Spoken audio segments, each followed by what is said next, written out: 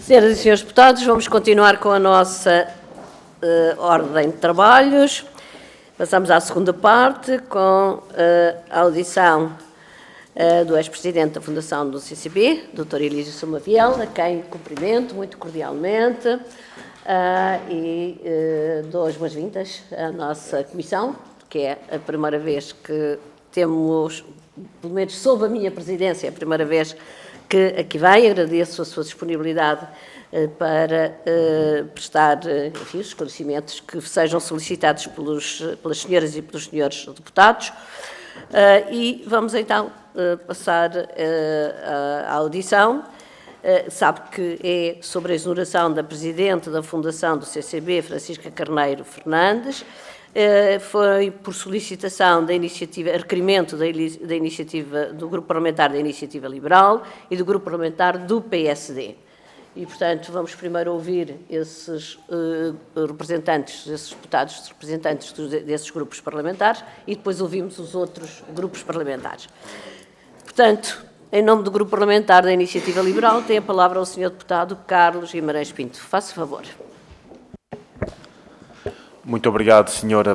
Presidente. Aproveito para cumprimentar o Dr. Elísio Samaviel pela sua presença. Todos nós conhecemos a situação do Centro Cultural de Belém, toda a polémica em que tem estado envolvida. Todos nós sabemos também o seu papel no CCB e aquilo, quais foram as suas responsabilidades. Por isso, eu gostaria de perceber melhor da sua parte algumas questões. A primeira questão é se poderia detalhar as circunstâncias que levaram à sua substituição por Francisca Carneiro Fernandes em dezembro de 2023. Houve algum tipo de comunicação prévia ou justificações específicas por parte da tutela em relação a essa substituição?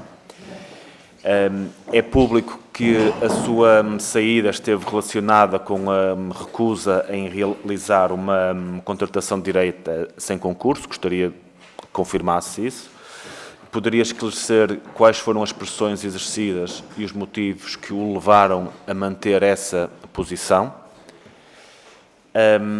Durante o seu período como Presidente, foram identificadas algum tipo de práticas de gestão que considerasse inadequadas ou contrárias aos princípios da transparência e da boa governação? E se sim, que medidas é que tomou, que medidas é que foram tomadas para corrigir essas práticas? Pode descrever também como é que eram conduzidos os processos de recrutamento para posições-chave no CCB durante a sua gestão? Houve casos de nomeação sem concurso que geraram controvérsia, se recorda de algum desses casos? Quinto, como é que avalia a transição de liderança para Francisca Carneiro Fernandes, do que percebeu, como é que isso aconteceu? Acredita que houve uma continuidade na visão estratégica do CCB ou ocorreram mudanças significativas? Sexto, a Ministra da Cultura mencionou a existência de compadrios, lobbies e cunhas, estou a citar aqui, no CCB. Eu gostaria de saber se no seu mandato identificou esse tipo de práticas e qual é a sua reação em geral a estas declarações por parte da Ministra da Cultura. E, finalmente, se considera que a interferência política na gestão de instituições culturais, como o Centro Cultural de Belém, tem aumentado nos últimos tempos e que medidas é que acha que poderiam ser implementadas para garantir a autonomia e integridade destas instituições? Muito obrigado. Muito obrigada. Para responder, tem a palavra o Dr. Elísio Samaviel. Faça favor. Dispõe também de 5 minutos. 5 minutos. Senhora Presidente, as minhas saudações, senhoras e senhores deputados, muito bom dia a todos, muito obrigado por esta oportunidade. Sinceramente, estava no meu recato e fui surpreendido por todo este temporal, digamos assim, e obviamente que estou aqui com o maior gosto, é sempre um gosto voltar a esta casa. Já estive noutras qualidades, noutras encarnações, e é realmente o lugar certo para esclarecer aquilo que for necessário esclarecer. Como calcularão, fui bastante pressionado pela comunicação social ao longo deste tempo para reagir, para falar, mas eu prefiro manter a minha discrição e é aqui o lugar certo para falar. Relativamente às questões que o Sr. Deputado Guimarães Pinto, que eu saúdo, colocou, relativamente às circunstâncias da minha saída do CCB, eu devo esclarecer uma coisa. É evidente o que foi escrito, está escrito, não vou negar, mas é óbvio que vem na sequência. Eu já, no meu penúltimo mandato, tinha dito à então Ministra, a doutora Graça Fonseca, que queria concluir o mandato e depois retirar-me para outros projetos que eu tenho e que estou a fazer. No entanto, mudou o governo, entrou o Dr. Pedro Adão e Silva e foi-me colocada a minha continuidade, a hipótese da minha continuidade no CCB.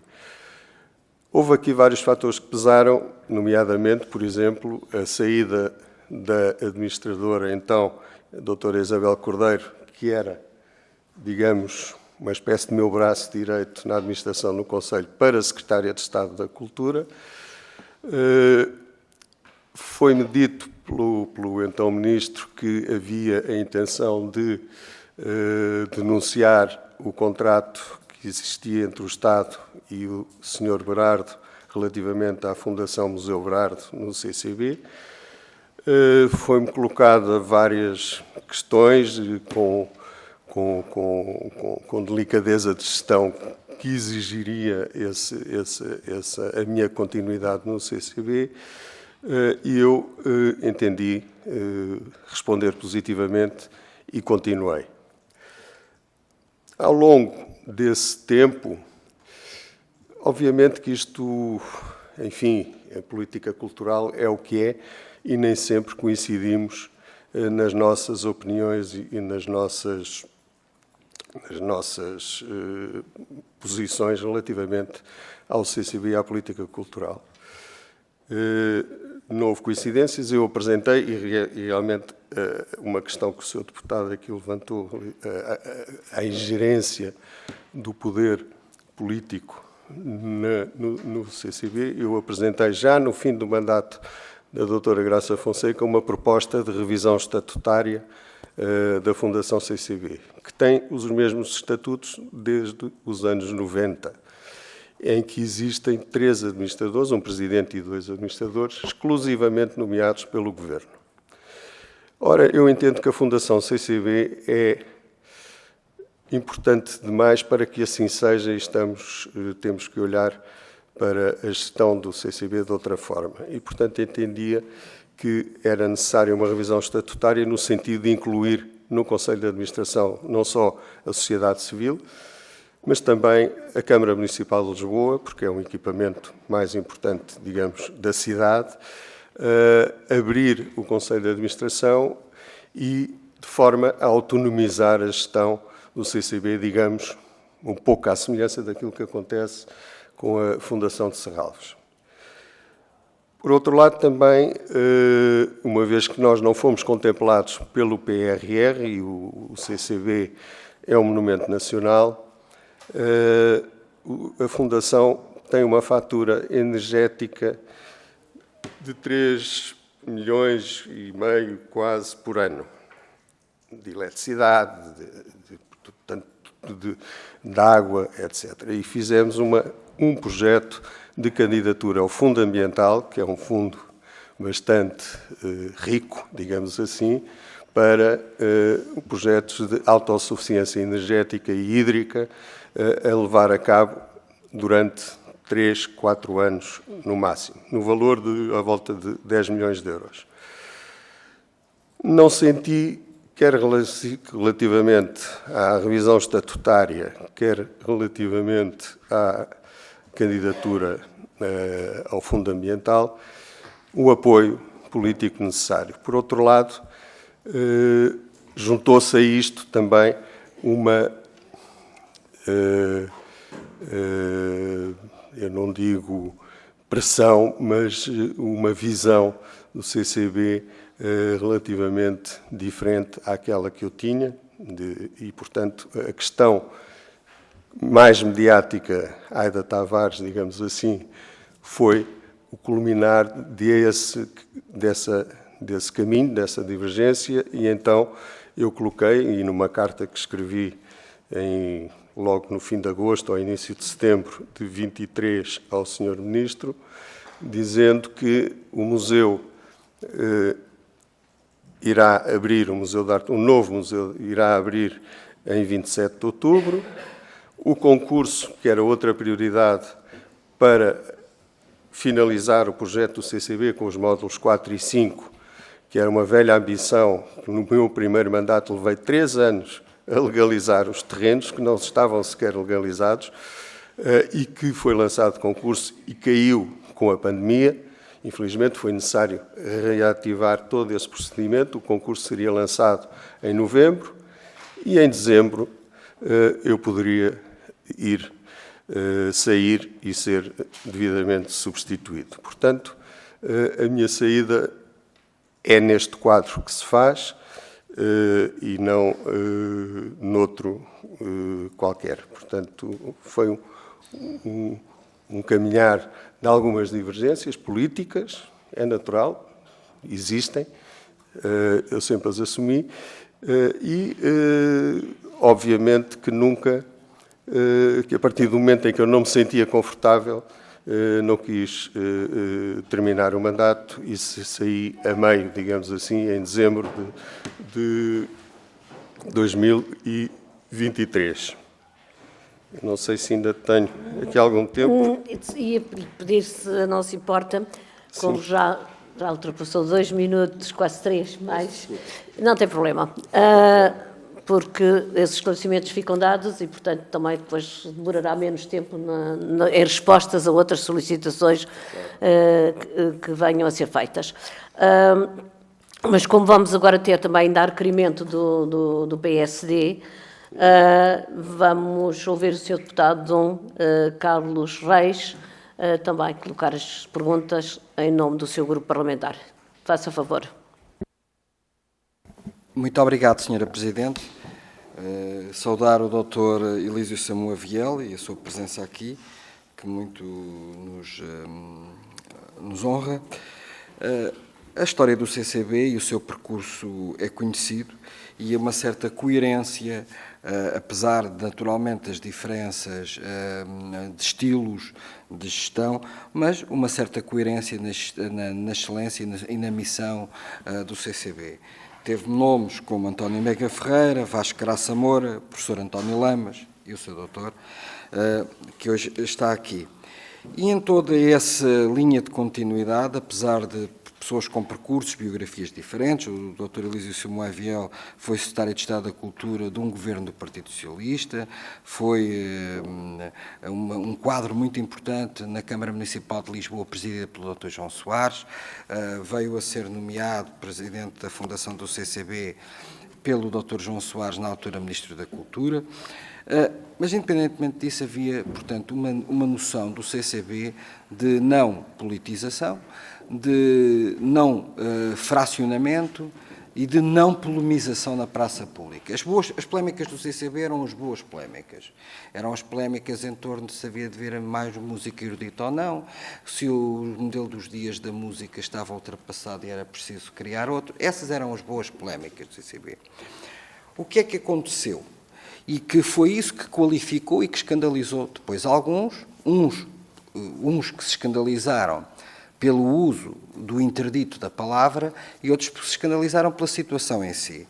O que aconteceu foi o cerne da história. E o cerne da história que nos traz aqui, Sr. Doutor, peço-lhe desculpa, mas é apenas é a interferência de um ministro do anterior governo, diretamente na sua gestão, solicitando-lhe expressamente, e isto foi o Sr. Doutor que disse nos jornais, o que está dito, como acabou de ter dito e de ter confirmado, de lhe ter sugerido, requerido, pedido imposto uma pessoa com o seu percurso é muito difícil de alguém impor alguma coisa, e por isso mesmo se percebe, o nome da doutora Aida Tavares. O nome da doutora Aida Tavares, obviamente, para além dos seus méritos próprios, tem também um significado. A doutora Aida Tavares é uma conhecida operacional e operativa política ao serviço do projeto do Dr. António Costa e do Dr. Fernando Medina em Lisboa. Nós conhecemos-la em Lisboa. Nós conhecemos em Lisboa, conhecemos o seu grupo de amigos, conhecemos a sua plataforma de apoio. Ora, naturalmente, esse foi o verdadeiro assalto ao poder. O seu assalto ao poder não é o da sua substituição pela doutora Francisca Carneiro Fernandes. A doutora Francisca Carneiro Fernandes, eu estou no uso da palavra, Sra. Presidente, posso falar ou também temos que falar em sanções aqui? Muito obrigado. É que vocês agora defendem sanções, devem ter mais calma. É que desta vez não são as pessoas do Chega a interromper-me. Da buraco. É verdade, Sra. Presidente. Mas não agora. E as sanções... É. E sabe que em direito penal as sanções nunca são retroativas. Mas, seja como for, o verdadeiro assalto ao poder é esse.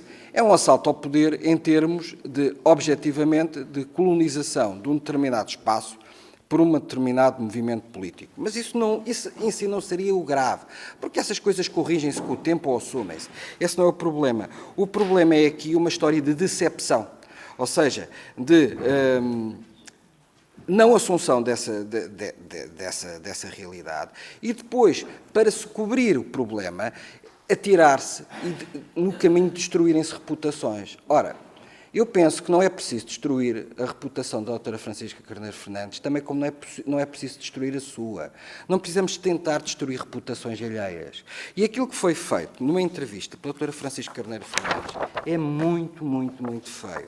E é muito feio e até é danoso. É danoso para a instituição, é danoso para si, mas para si o seu doutor defender-se-á, já que o seu partido político o não defende, mas defender-se-á porque já que o seu partido político o não defende, antes pelo contrário, colabora e corrobora estes ataques à sua reputação, é o facto de se dizer, mas defender-se-á, mas a minha obrigação é defender uma instituição cultural. É dizer-se que foi encontrado um CCB com práticas de gestão muito erradas, é a sua gestão praticamente ser arrasada.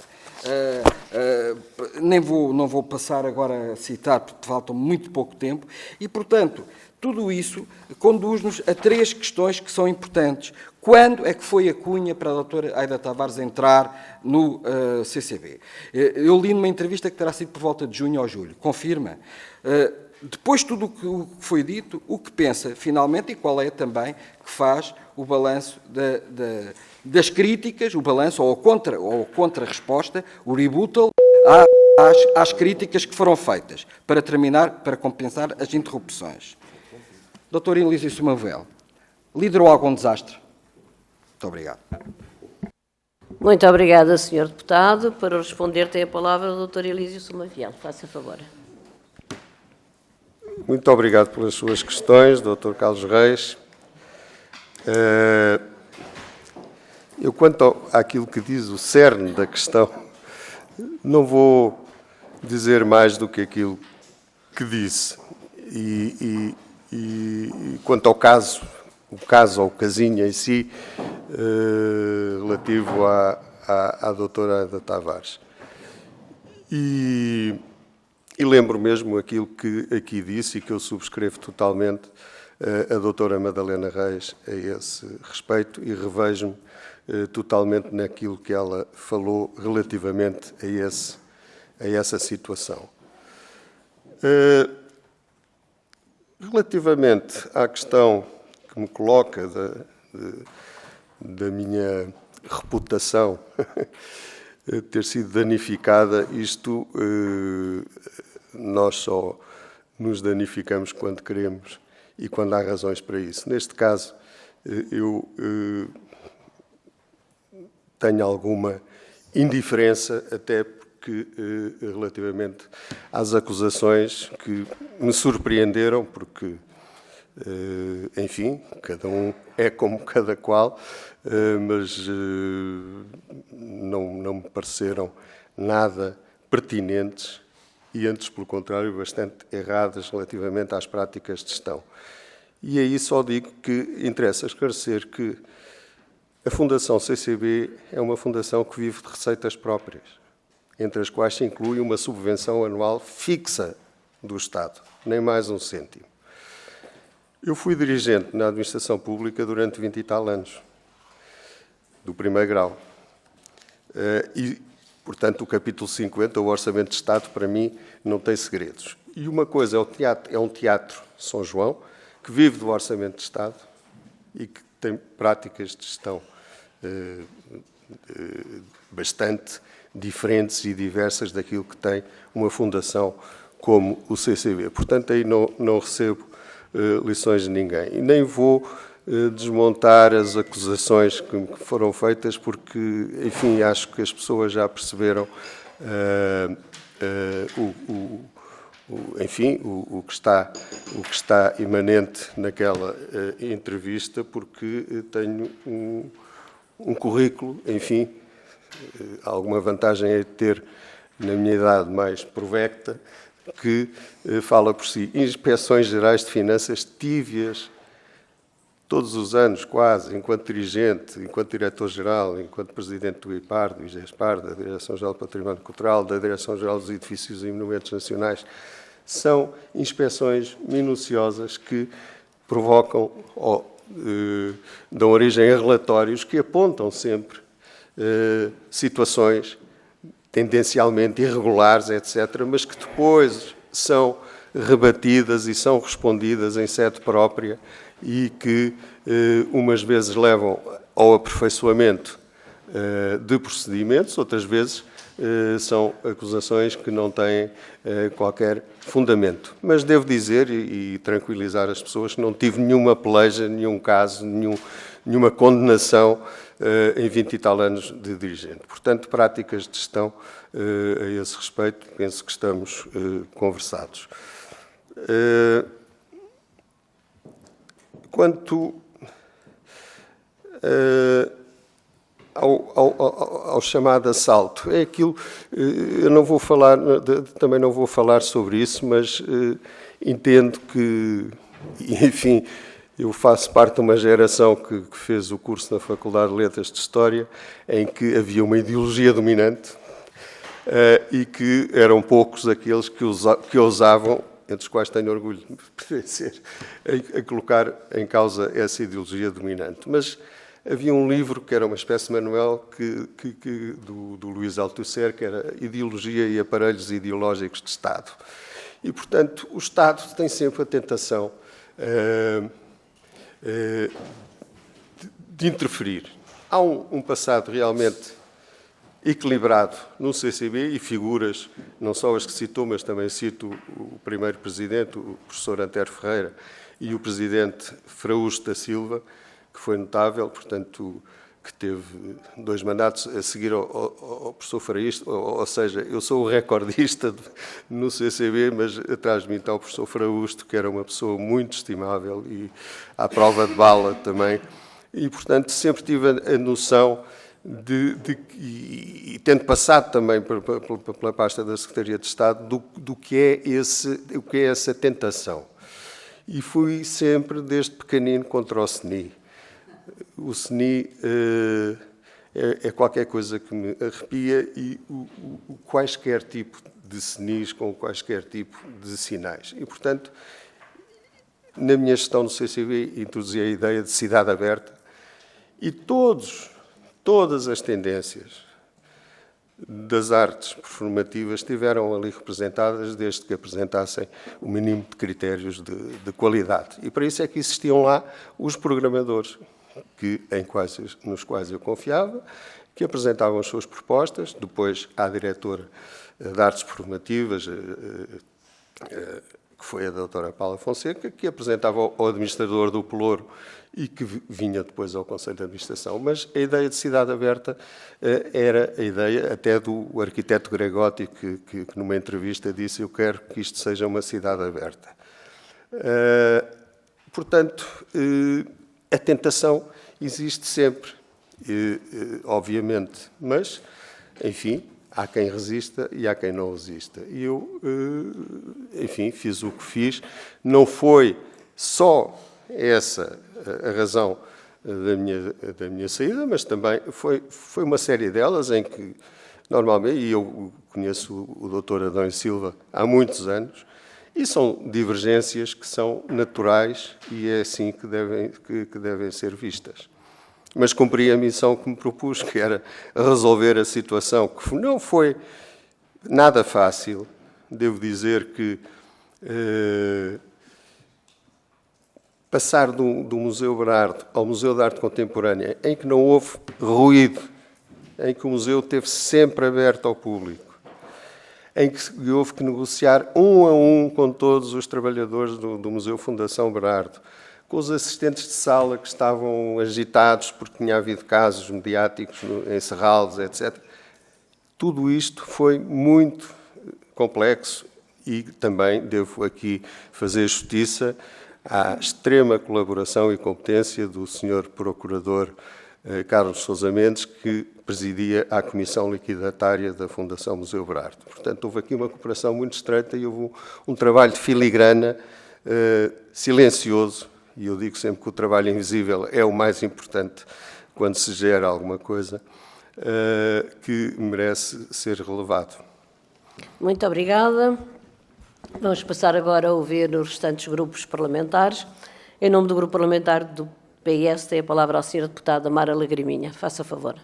Muito obrigada, Sra. Presidente. Naturalmente, cumprimentar o Dr. Elísio Semaville, agradecer muito a sua presença e a sua disponibilidade para participar nesta comissão e saudá-lo, obviamente, em nome do Grupo Parlamentar do Partido Socialista. Eu queria começar, naturalmente, por lamentar a instrumentalização que o PSD tem vindo a tentar fazer ao longo destas audições, tentar desviar a atenção do facto que, naturalmente, nos trouxe aqui e que motivou a audição à Sra. Ministra da Cultura e que pretendia, da parte do Partido Socialista, única e exclusivamente, obter uma clarificação política da decisão tomada e do impacto público que essa decisão teve num âmbito temporal muito bem definido de 1 ano.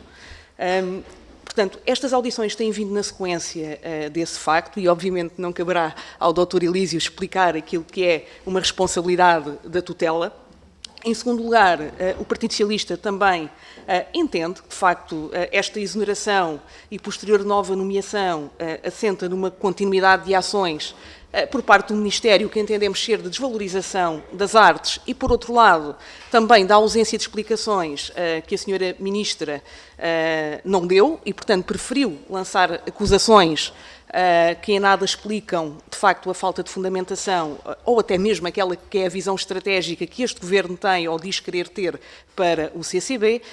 E, portanto, durante estas audições, parece-nos claro que as várias administrações do CCB, os anteriores governos, que nos últimos 8 anos até foram do Partido Socialista, nos quais também o Dr. Elísio deu o seu contributo, quer aqui no Governo, mas também na administração do CCB, e, portanto, o que nós podemos dizer é que também, ao longo do tempo, a marca de crescimento e de afirmação do CCB é também uma marca daquilo que é a relevância que os governos socialistas deram e sempre imprimiram também à cultura.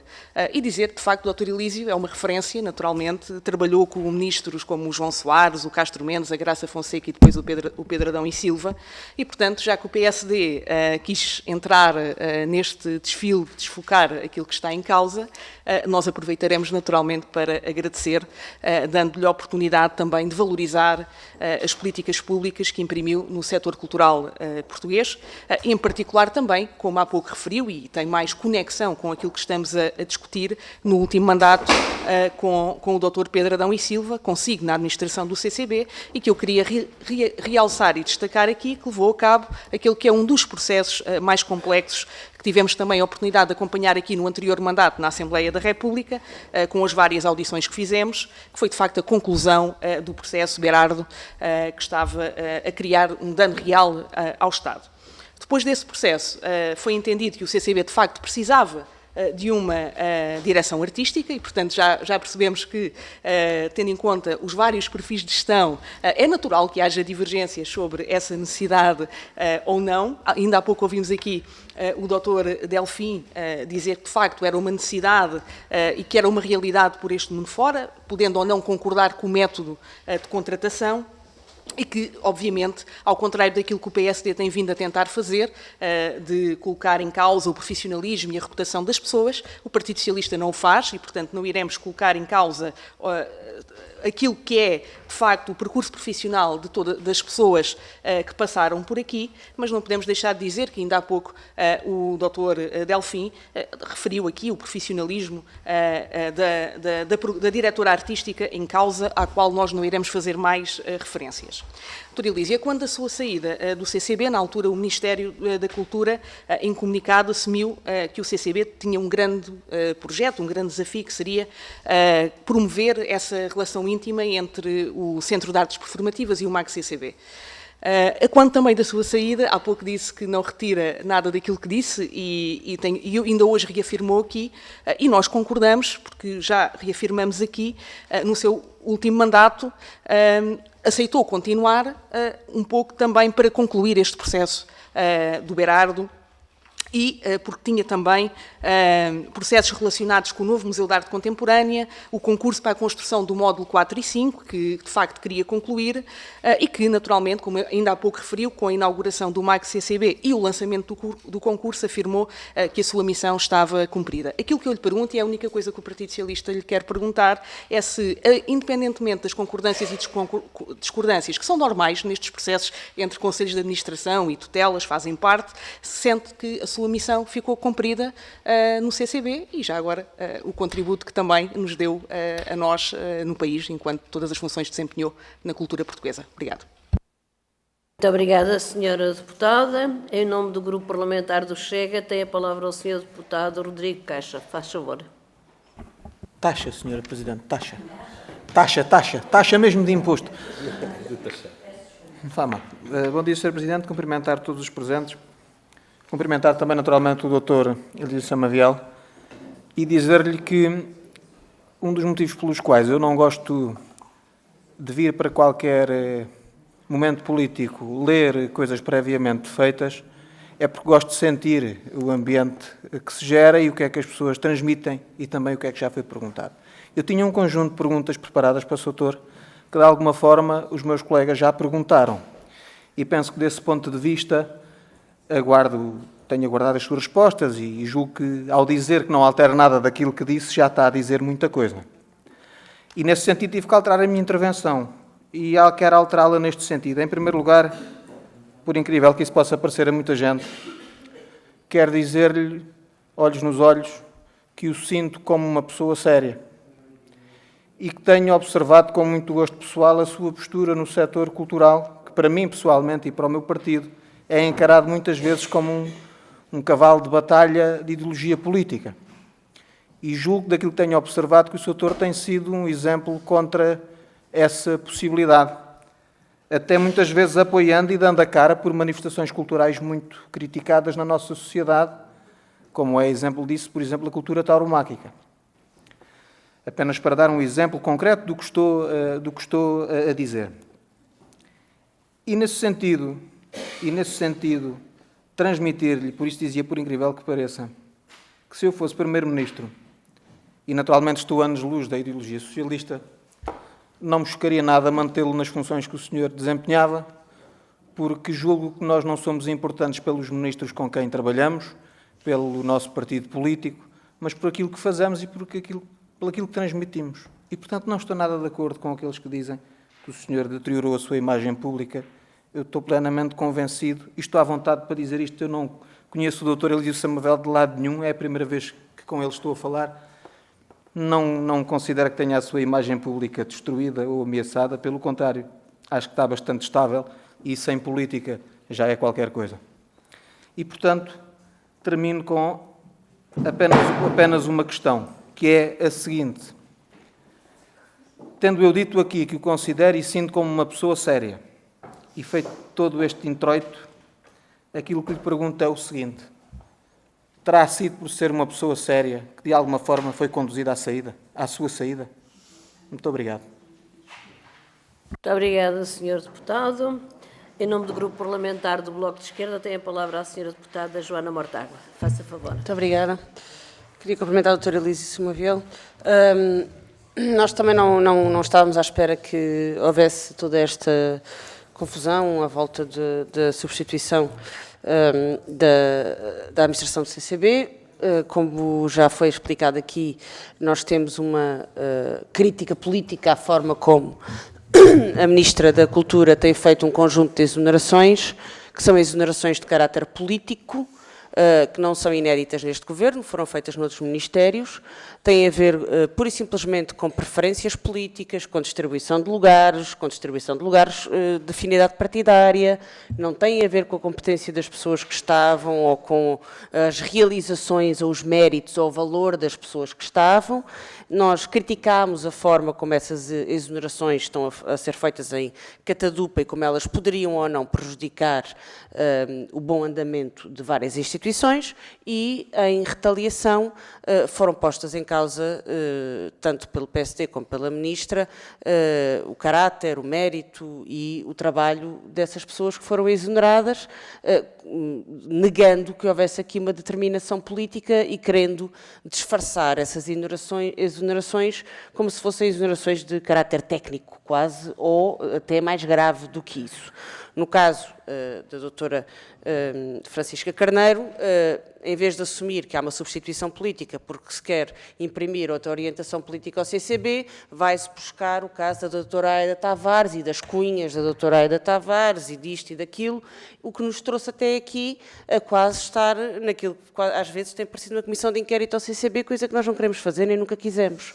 A única coisa que nós queremos é que seja assumido que há uma divergência política em relação a matérias de programação do CCB e que essa diferença levou à substituição da doutora Francisca Fernandes Carneiro. E isso não tem sido assumido, talvez porque o Governo não quer assumir que tem uma diferença política sobre programação do CCB e que quer dar instruções de programação. Não sei qual é a razão. E, portanto, a pergunta que lhe quero fazer é se, independentemente da forma de contratação da doutora Aida Tavares, se não houve já no passado inúmeros casos de múltiplos cargos ocupados no CCB por nomeação ou comissão de serviço e não por concurso, alguns até digamos assim, em posições que seriam normalmente de concurso, o caso de secretários, de cargos administrativos, de pessoas que, entretanto, depois foram subindo para cargos de chefia e que nunca passaram por um concurso ao longo de toda a sua carreira dentro do CCB. Pergunto-lhe se não há no passado do CCB, aliás, o relatório do IGF dá nota disso, problemas que foram identificados de irregularidades ao nível da contratação pública e, portanto, que isso tem a ver com administrações anteriores a esta, que houve no CCB perdas relativamente a aplicações financeiras superiores a €1 milhão. Pergunto-lhe se não é verdade que houve queixas do ponto de vista de abusos laborais. Não estou a dizer se houve abusos, pergunto se não houve queixas relativamente a abusos laborais, nomeadamente em relação à doutora Paula Fonseca e à doutora Margarida Serrão, e que eles não tiveram nenhuma consequência. Por último, disse que houve aqui esta questão relativamente à doutora Aida Tavares. Eu acho que o doutor Elísio Samaviel já deixou claro aquilo que queria sobre essa matéria. Já acho que concordamos que faz parte das obrigações de orientação estratégica, ou seja, que o Ministro tem a legitimidade de ter conversas sobre orientações estratégicas das instituições públicas de cultura que estão sob a sua tutela. Não corroborou, não pareceu corroborar os termos que foram aqui utilizados pelo PSD relativamente a essa matéria. Se assim entender, tiraremos daí as devidas consequências políticas. Disse-nos também que tem estado em recato mas foi relativamente público, eu pelo menos recordo-me ter lido em algum lado, que esteve reunido com a Ministra da Cultura. Não sei se isso é verdade ou não, ou se foi consultado, e era isso que eu lhe queria perguntar, relativamente à exoneração da Presidente do Conselho de Administração do CCB. Muito obrigada, Sra. Deputada. Em nome do Grupo Parlamentar do LIVRE, tem a palavra o Sr. Deputado Jorge Pinto. Faça favor. Muito obrigado, Sra. Presidente. Cumprimento os senhores e senhores deputados, cumprimento também o nosso convidado, o Dr. Elísio Somaville. Eu vou ser muito sintético, porque as audições já são longas, já nos estamos a repetir todos um bocadinho e realmente é interessante ouvir aquilo que nos traz mais do que trazer perguntas pré-estabelecidas e começar também por dizer que há aqui várias camadas e várias dimensões, certamente uma dimensão política, que até, como a deputada Joana Mortágua dizia agora e bem, está relacionada com aquilo que a tutela quer e tem como visão estratégica para as instituições públicas no âmbito da cultura, portanto, uma visão legítima, mas que não se pode traduzir depois numa visão prática de mera substituição de lideranças para ter alguém da sua família política ou da sua linha ideológica. Portanto, acho que estas duas dimensões são muito claras e muito importantes de separar e que não devem colocar em causa aquilo que é o trabalho concreto de quem fazia a Fundação CCB funcionar. E, portanto, são esta dimensão mais prática, ou em relação a esta dimensão mais prática, que eu gostaria de colocar algumas questões, até tendo em conta questões que já coloquei em audições prévias e que me levantaram novas questões. Desde logo, no que diz respeito à direção artística, à existência ou não de direção artística, antes da chegada da doutora Aida Tavares. Quando tivemos aqui a doutora Paula Fonseca, eu tive a oportunidade de lhe perguntar muito diretamente se tinha no seu contrato e se fazia programação cultural, se tinha o trabalho de programação. A resposta foi algo esquiva, dúbia, algo do género, e eu estava em contacto com programadores. Portanto, eu não sei se estar em contacto com programadores faz com que a pessoa seja uma programadora cultural. Eu julgo que não. Portanto, gostaria também de ouvir o Dr. Elísio Somaville sobre isto, sobre se realmente esse trabalho de programação cultural era feito e expectável no âmbito das atividades atribuídas à doutora Paula Fonseca ou não, e se não, então se é algo que realmente começou apenas com a chegada da doutora Aida Tavares. E também pela sua experiência à frente do CCB, como é que este trabalho de programação era feito em instituições congêneres noutros países. Portanto, se havia alguém especificamente dedicado ao trabalho de programação cultural e se havia, então, se essas atividades, se essas responsabilidades eram semelhantes ou àquilo que já era feito pela doutora Paula Fonseca ou então àquilo que depois a doutora Aida Tavares passou a ser contratada para fazer. E eu termino insistindo com uma pergunta que também já foi feita, porque tenho feito a todas as pessoas e me parece muito importante, que diz respeito, porque foi público e mais do que uma vez se falou disso, em relação ao ambiente de trabalho dentro do CCB. Portanto, aquilo que os trabalhadores diziam e nos disseram em relação a esse ambiente de trabalho, no fundo perguntar-lhe como era o ambiente de trabalho quando o Dr. Elísio Somaville estava à frente do CCB, se realmente estas críticas lhe chegavam diretamente e aquilo que foi feito, então, para tentar dar resposta a estes trabalhadores, ou se tem, evidentemente, uma posição diferente, uma perspectiva diferente, e se a tem também, se pode partilhá-la, então, connosco aqui nesta comissão. E é tudo. Obrigado. Muito obrigada, Sr. Deputado. E passamos então agora a ouvir o Dr. Elísio Somaville responder a estas questões que foram colocadas pelos grupos parlamentares. Dispõe de 15 minutos. Faça favor. Penso que será mais que suficiente. Eu irei começar pelo fim e pela questão que foi lançada pela doutora Joana Mortágua e pelo senhor deputado também do LIVRE, relativamente ao ambiente laboral. Eu devo dizer e esclarecer que até 2018, penso eu, 18 ou 19, acho que ainda foi em 18, não existia Comissão de Trabalhadores na Fundação CCB. E foi na minha administração que houve lugar à existência de uma Comissão de Trabalhadores na Fundação CCB, com toda a legitimidade e, obviamente, que é sempre bem-vinda em qualquer organização uma Comissão de Trabalhadores, com a qual eu dialoguei constantemente, fazíamos reuniões periódicas, 3 em 3 meses, ponto ponto, tudo isso era debatido e tudo era discutido. E também não me esqueço, e peço desculpa por talvez alguma imodéstia, do último dia em que exerci funções na Fundação CCB, ter sido chamado a ir a uma sala, pensei que havia algum problema, que era a sala Luís Freitas Branco, que estava completamente cheia com os trabalhadores do CCB, os colaboradores todos, a despedirem-se de mim, a aplaudirem, etc. Foi uma cerimónia que me tocou muito e contribuiu também para que, quando deixei o CCB, ficou lá um bocadinho de mim e continua lá a estar um bocadinho de mim, e quando lá volto sou sempre bem recebido por toda a gente. A Comissão de Trabalhadores faz o seu papel, tem a sua agenda, é uma comissão mais focada na questão das artes do espetáculo, desse setor, digamos assim, mas eu devo dizer que o CCB tem 230 e tal, agora com o museu, etc., quase 240 trabalhadores, naquele tempo tinha 150, e esse setor mais combativo, mais reivindicativo, representa neste momento para aí um quarto de todo o universo laboral do CCB.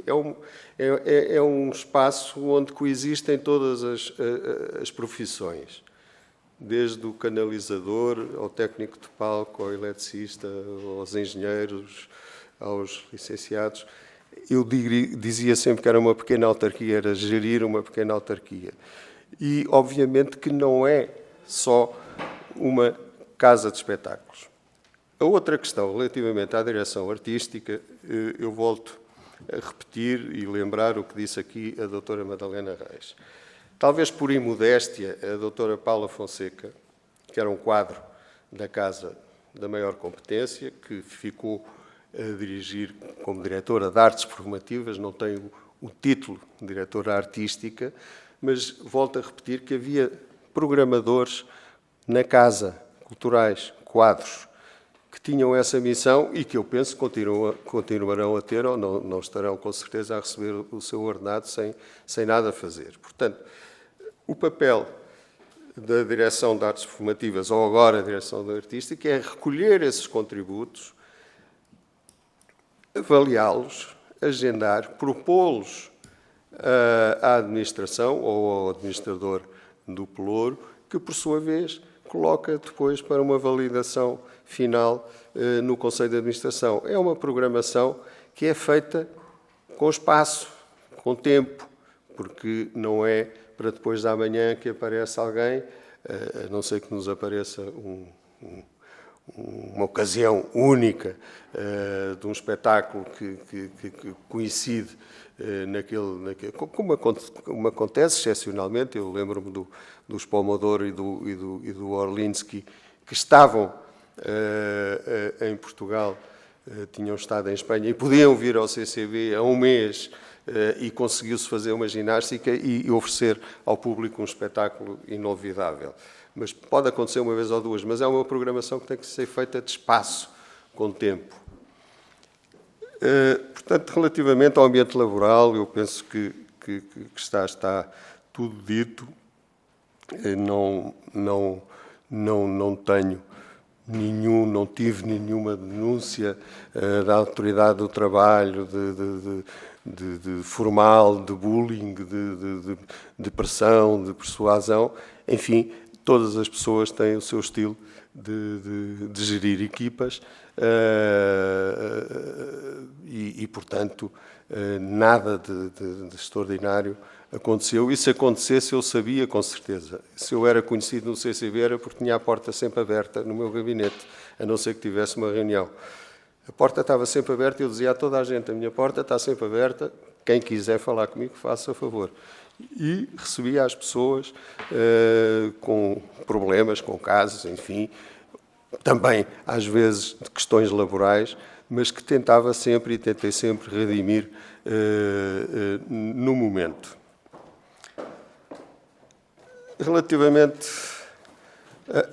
ao Sr. Deputado Rodrigo Taxa, do Chega, acabou por não me colocar uma questão. Eu agradeço a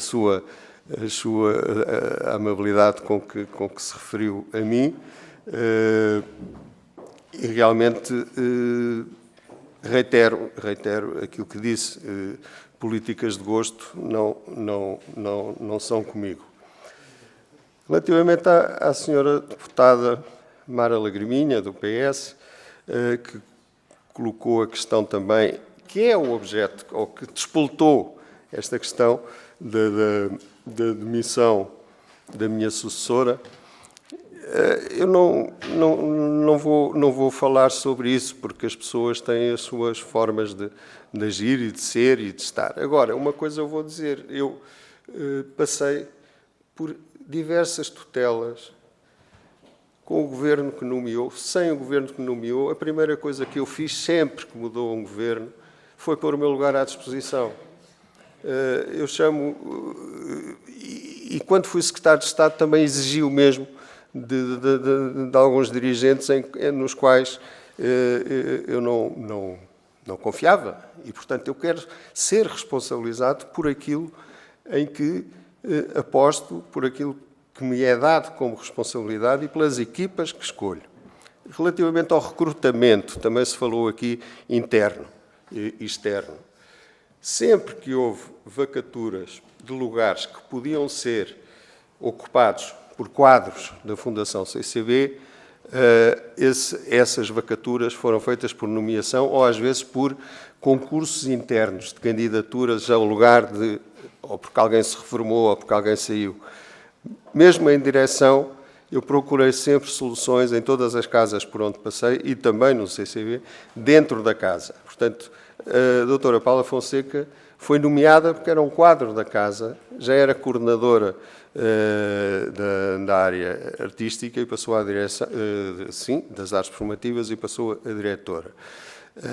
Sempre que houve recrutamentos de alguém que saiu e não havia soluções visíveis do nosso ponto de vista dentro da casa, aí sim abrimos procedimentos, abrimos concursos externos, como foi o caso da Direção de Recursos Humanos, como foi o caso da Direção de Comunicação Social, etc. Portanto, não havendo soluções internas, íamos para o procedimento externo com toda a abertura. Portanto, foi essa a política que foi sempre seguida tranquilamente, portanto, não houve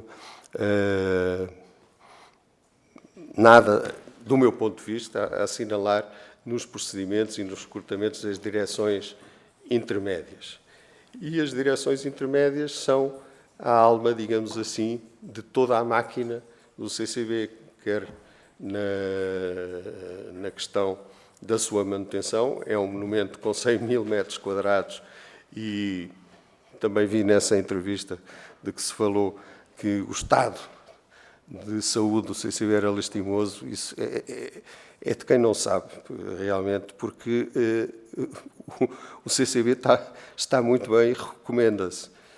Eu às vezes faço a comparação, vocês reparem, num edifício que é bem mais recente que o CCB e o CCB que tem 30 anos, vejam como está, o aspecto em que está, e comparem, por exemplo, com a Caixa Geral de Depósitos no Arieiro, que tem metade dos anos do CCB, e olhem só para o edifício. Portanto, se houve ali preocupação de conservação e manutenção, foi sempre. Ainda por cima, eu que venho da área do património, com o engenheiro António Ribeiro, que aqui falou, fizemos investimentos grandes em melhorias nas coberturas, na revisão de todas as coberturas, nos AVACs, na remodelação, alcatifas, estofos, do grande auditório, do pequeno auditório, de tudo aquilo, da remodelação da Sala Almada Negreiros, que passou a ser mais um auditório dentro do CCB com capacidade para 200 pessoas, nas bilheteiras, com acessos a pessoas de mobilidade reduzida. Portanto, foi um investimento enorme. Também nos elevadores, nos famosos elevadores, em que havia um que era normalmente o da presidência, que eu deixei sempre de propósito para o fim, porque o dinheiro não chegava para tudo, e que às vezes parava. Quantas vezes eu ia sempre pela escada já por causa disso, portanto, mas às vezes parava. É um facto. Acontece em todos os elevadores. Portanto, todo esse universo desta pequena autarquia que é o CCB é muito exigente nas práticas de gestão. Os relatórios da IGF, eu volto a repetir,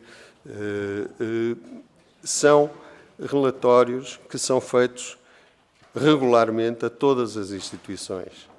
Os senhores inspectores que fazem a avaliação dos procedimentos fazem uma avaliação em processos, em escrito. Nunca há lugar a contraditório, ou seja, eu sempre entendi que era mais legítimo se um inspetor notasse alguma coisa, chamar o dirigente e dizer, ouça lá, porque é que isto está, antes de fazer o relatório. Mas não, isso não acontece. Depois vem um relatório com uma série de questões, umas pertinentes, outras menos pertinentes, outras, e não é por ser das finanças que as pessoas são iluminadas, também podem ser incompetentes, de desconhecimento da lei.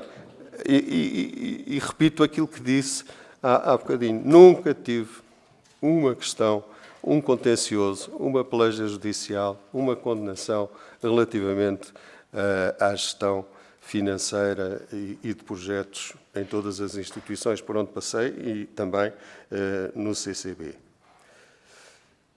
Não sei se já disse tudo, mas de qualquer modo agradeço muito esta audição. Penso que pode ter ajudado, oxalá tenha ajudado a entender melhor e a enquadrar melhor toda esta turbulência, que para mim foi uma surpresa, e desejo-vos a todos o resto de um bom trabalho e felicidades no vosso cargo. Muito obrigado.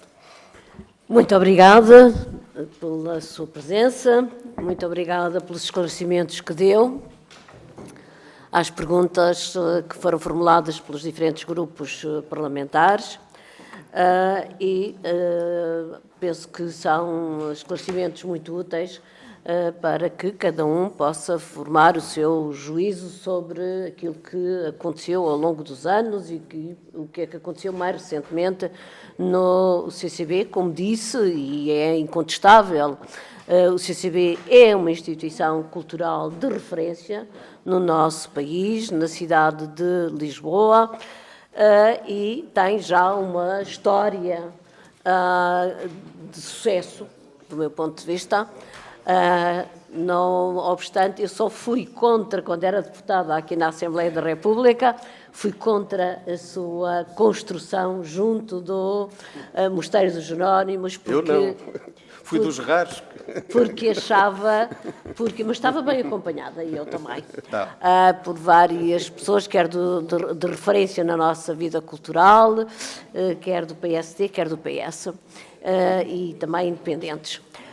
Mas tinha só apenas a ver o projeto, sempre foi um projeto que foi considerado um bom projeto, mas era a localização, porque poderia, de facto, em vez de dialogar com os Jerónimos, poderia, de facto, criar ali uma situação de ruptura e, por isso, havia legítimas dúvidas quanto à sua localização.